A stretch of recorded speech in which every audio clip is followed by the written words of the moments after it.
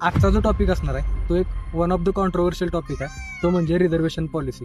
तर संविधानाचं आर्टिकल 16 म्हणतं there shall be equality of opportunity in jobs for everyone. म्हणजेच कोणत्याही व्यक्तीला त्याची जात, धर्म, लिंग अथवा प्लेस ऑफ बर्थ फक्त या गोष्टींवरूनच नोकरीची संधी नाकारली जाऊ शकणार नाही. पण याला एक ट्विस्ट आहे. तो ट्विस्ट म्हणजे असा की चर्चेत असणारी पॉलिसी म्हणून रिझर्वेशन पॉलिसी ती सुद्धा article 16 clause 4A clause 4B यानेच गव्हर्न होत असते. ज्या लोकांना ह्या रिझर्वेशन पॉलिसीचा लाभ भेटला नाही त्यांचं एक पर्सनल ओपिनियन झालेलं असतं, ते म्हणजे मेरिट इज इम्पॉर्टंट. म्हणजे मला अमुक स्कोअर आला, पण अमुक व्यक्तीला अमुक माझ्यापेक्षा कमी स्कोअर आला तरी त्यांना तिथे ऍडमिशन घेता आलं, किंवा इतर असल्या सर्व गोष्टी असतात.